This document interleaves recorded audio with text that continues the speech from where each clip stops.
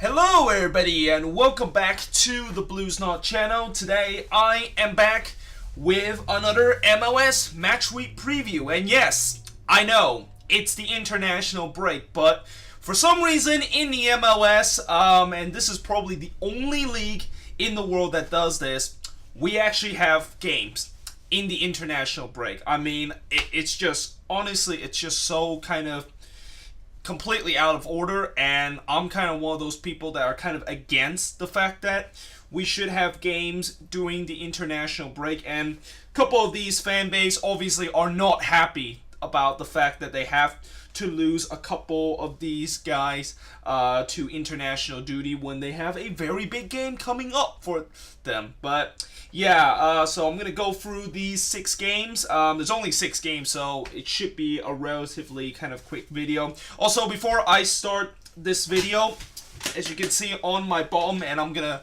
pretty much put it on my description and also in my comment section, that I am actually going to be reselling tickets for that Saturday game between the Quakes and Club Lyon in a rare mid-season friendly.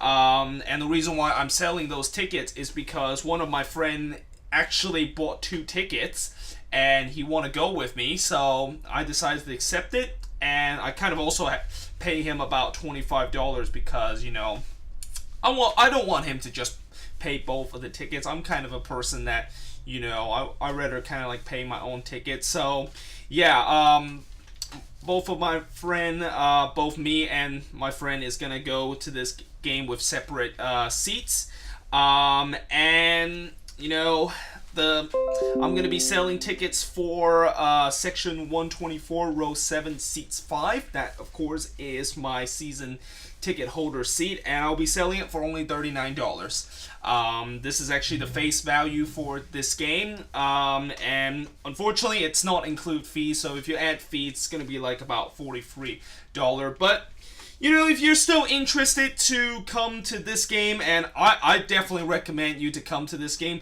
especially if you really hate Landon Donovan and you want to boo him one last time, then come to this game. Buy this ticket, and yeah, and also it's a Saturday game too, so usually a lot of people are not at work or have to go to work the very next day. So yeah, if you're still interested, then make sure you guys go check out Ticketmaster, buy this seat, and yeah, so I can of course sell off my tickets. But yeah. But either way, now let's actually get into the action of this week. By the way, my Quakes, of course, are not involved with this week's action, which you can already kind of tell because they're playing a mid-season friendly. And a couple of teams are also playing their mid-season friendly this week, just to kind of like freshen up. But not for these 12 teams. They still have to play in the MLS, and we start off with the Revs take on NYCFC. The Revs, of course, had a week off last week, and guys, that is going to be for them that they're going to lose for international duty will be Christian Nemeth, who is a striker for them, and for NYCFC, they of course will lose Rodney Harris and Alex Ring. Certainly, NYCFC has probably the bigger player that they're going to lose to international duty because Rodney Harris is Rodney Wallace is a very important player in that, you know, that attacking trio or attacking foursome that they have right now. And NYCFC is also potentially not going to have David Villa again for this game. You know, he didn't play in that game against Orlando City, and he's going to be questionable again in this game. And I think probably Patrick Vieira is not going to really put David Villa in this game, mainly because the very next game that NYCFC played, they have to travel all the way across the other side of the country to play my San Jose Earthquakes. So I think it's better for him to save his best player for that game than this one. I mean, I'm not saying that this should be a easy game for NYCFC. In fact, I actually checked on the MLS Soccer website, and they say that the Revs have actually not lost a single game at home in 9 straight times. They have had a 9-game unbeaten run at home, so it's pretty clear that they have a very good home record. And like I said, with the fact that, NYCFC is going to miss a couple of their key player through international duty and some injuries, maybe the Revs can get something out of this. Maybe they can knock off the only unbeaten team that is left in MLS right now. But for me, I still say that NYCFC should win this one. The Revs, despite that they did get that win against Colorado 2 weeks ago, it was a very lucky win. It was just a smash and grab win there, and they got pretty lucky with the fact that they scored a 94th minute free kick goal. Other than that game, they probably could have just got 1 point out of that game, and they were playing against Colorado, which are also one of the worst teams in the league. So I expect NYCFC to win this one, and yeah.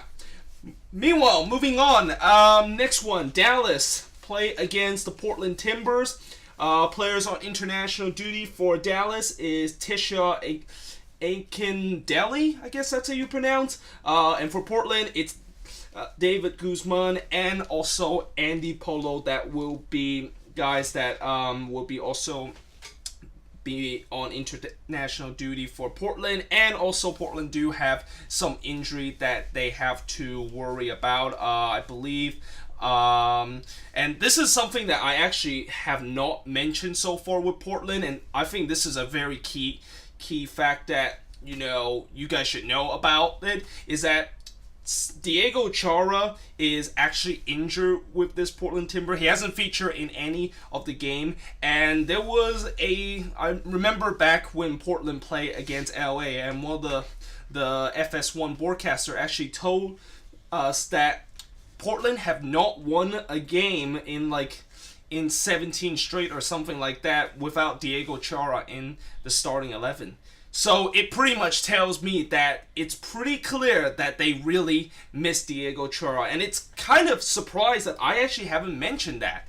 We're 3 weeks in, or not 3 weeks, but 5 weeks into the season. And it feels like, for Portland, we know that they obviously have a bad defense, but it feels like the reason why Portland was able to win a lot of their game, despite the fact that they also had that garbage defense that they're carrying over this year, was because of Diego Chara. Chara was the one that was protecting that back line, was just making sure that no one gets through him, that it will get through the last line of defense, which we know, like I said, the Timbers' last line of defense is really one of the worst in the league. It's right up there with New England, DC United, and also Minnesota in terms of their back line. So that's an interesting thing that I kind of want to mention. The other interesting thing I also want to mention about Portland, and overall in this game, this is a big game for them against Dallas, and it certainly is also a big game for Dallas too, but I'm going to start with Portland and why this is a big game for them,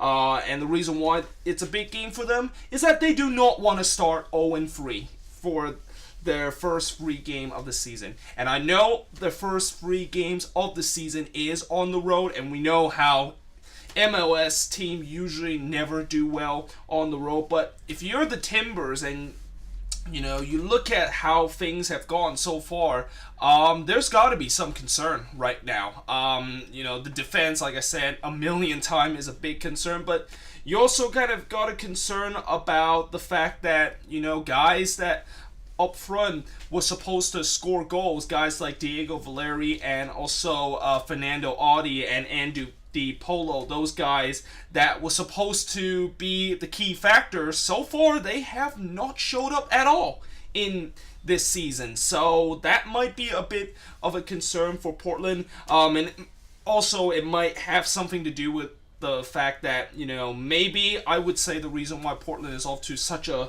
slow start is because the fact that they do have a new manager.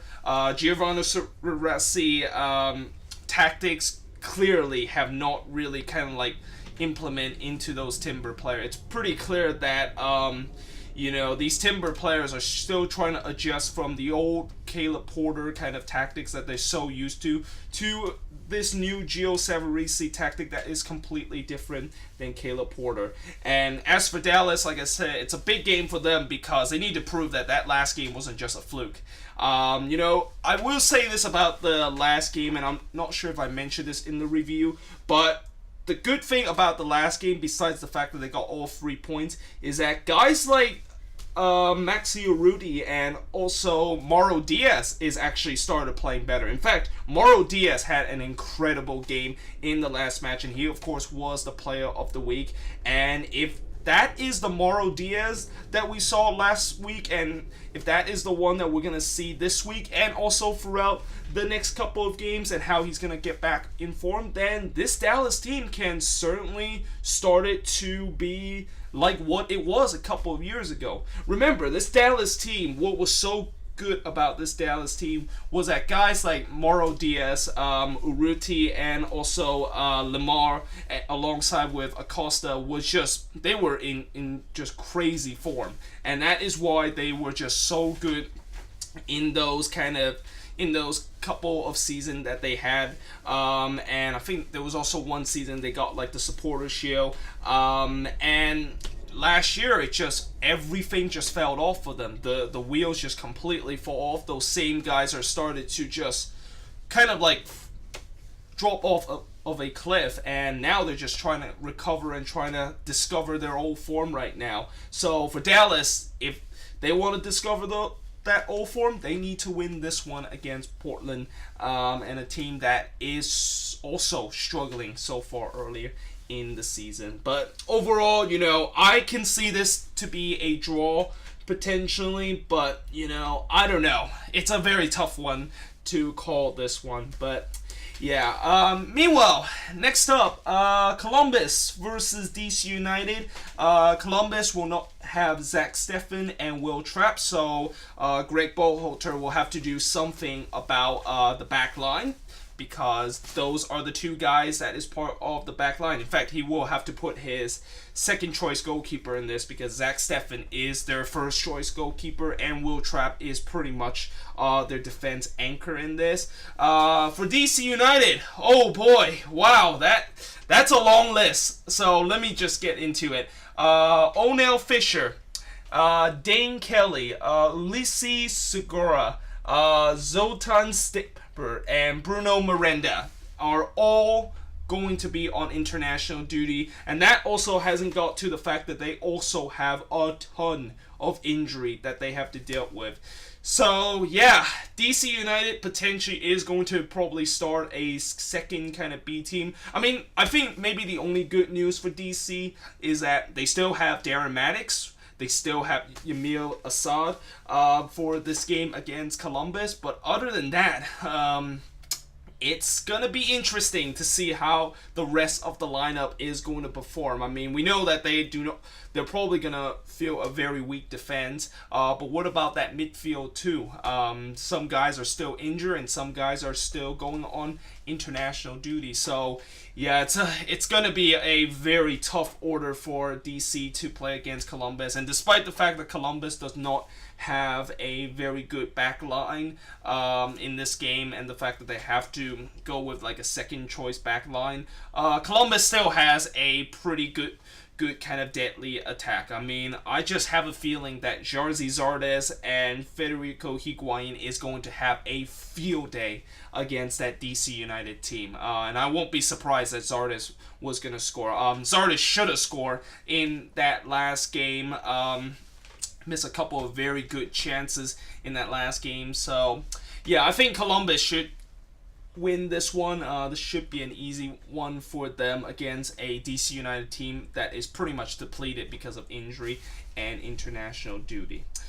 Speaking of depletion, the next game, the Red Bulls take on Minnesota, and yes, this record is not fake. Minnesota is actually above 500 for the first time in their MLS team history, and those were those were courtesy of back-to-back win, including getting a impressive road win against Orlando City and then getting an impressive home win against the Fire. And like I said about depletion for the Red Bulls, yeah, Tyler Adams, Fidel Escobar, Kamar Lawrence, and also Michael Morello will all be out for international duty. And yeah, these guys out there, maybe besides Michael Morello, these guys are pretty much key to that New York Red Bulls kind of attack. And also for Minnesota, surprisingly, they actually have a couple.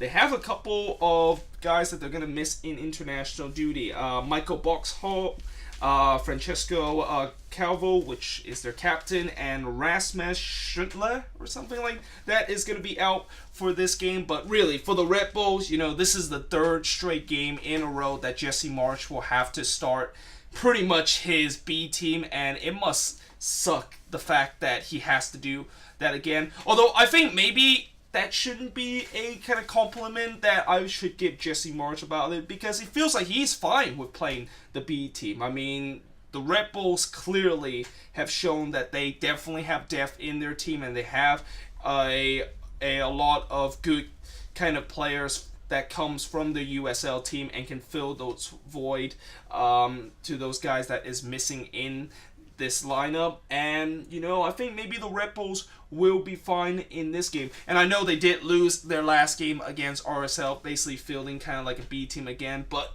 that was because they had to go across the other side of the country and they only had 3-day rest. I mean, it was pretty inevitable, the fact that they were going to potentially lose that game, because they just had such a short rest and just had such a short week to prepare for that game.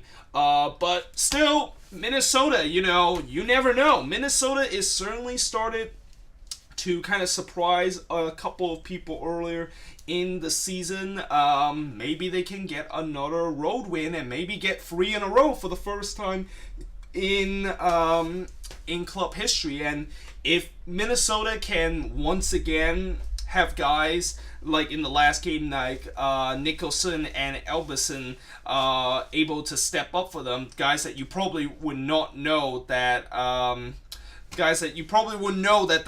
those were kind of the guys that potentially can string in some goals for Minnesota, then maybe they have a chance against the Red Bulls. But the Red Bulls are very good at home. I expect them to get a pretty easy win in this one, even though they're feeling like their B team. But yeah, next up, from pretty much just teams with depleted squad to probably a game that both teams don't have to worry about international duty and also injury crisis. And that, of course, is Colorado versus Sporting KC. And for Colorado, they have nobody that is going to be on international duty. And I kind of put a happy face, because they're probably happy the fact that they are not going to lose anybody on international duty, which I'm kind of surprised, because I do know that Colorado have a couple of New Zealand kind of international player on their team.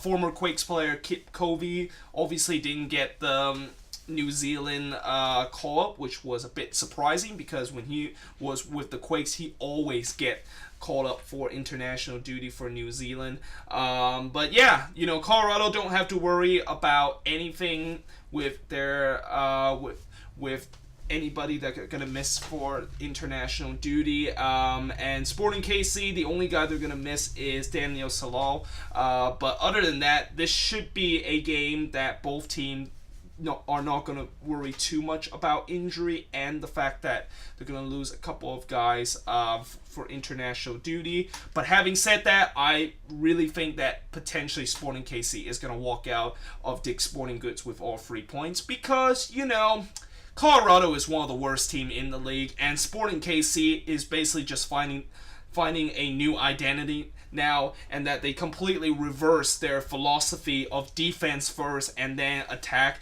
and now it's basically attack first and then worry about the defense, judging by the fact that they have scored pretty much multiple goals in the last 2 games. They have scored 3 or more goals in the last 2 games, and yeah, I mean, think Sporting KC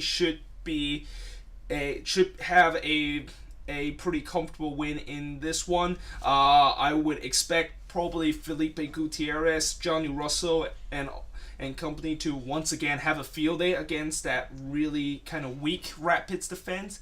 And yeah, it should be a pretty easy 3 points for Sporting KC.